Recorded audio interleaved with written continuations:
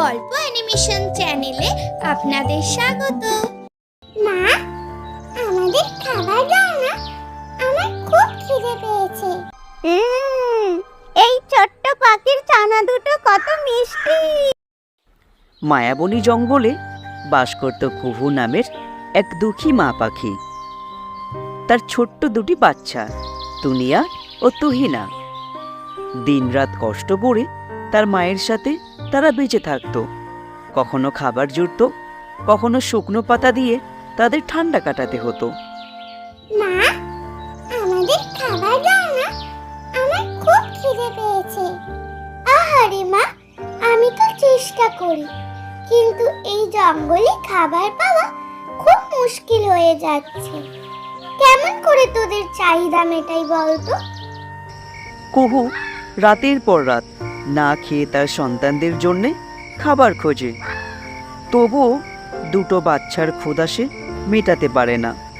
তার মন কেঁদে ওঠে, তবুও সে চুপচাপ সব কিছু সহ্য করে।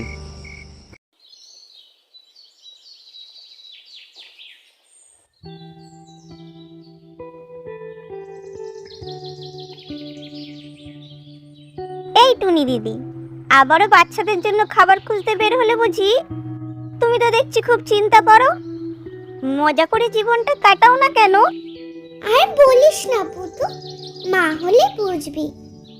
আমার বাচ্চাগুলোর মুখে ভালো খাবার না দিলে মনটা শান্তি হয় না রে।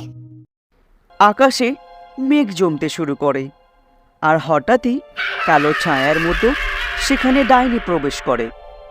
তার দীর্ঘ নখ ও তীব্র দৃষ্টিতে সবাইকে থমকে দেয়।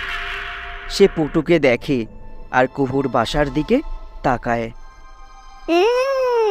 এই ছোট্ট পাখির ছানা দুটো কত মিষ্টি, আমি একটু খেলতে চাই ওদের সাথে। আমার বাচ্চাদের কিছুই করতে পারবে না তুমি। যতই শক্তিশালী হও না কেন, আমি আছি ওদের রক্ষা করার জন্য।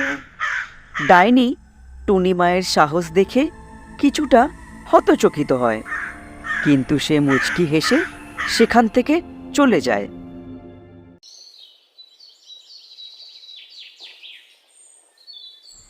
পুটু একদিন কুহুকে বলে এক রহস্যময় গাছের কথা, যা নাকি সব ইচ্ছা পূরণ করতে পারে।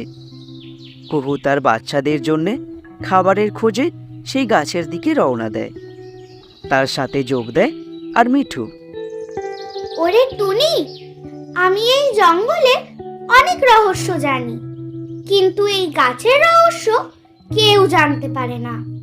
ডাইনির জাদুতে এই গাছের সব শক্তি হারিয়ে গেছে, তবুও আমরা এই গাছের কাছে সাহায্য চাইতে পারি।